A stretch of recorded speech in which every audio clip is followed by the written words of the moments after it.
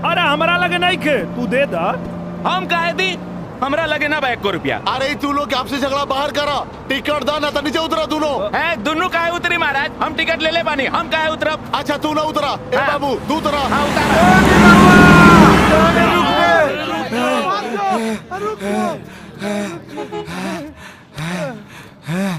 अरे उतरा बाबू। ए ड्राइवर साहब गाड़ी रोका, जा छोरी में ठेला ना।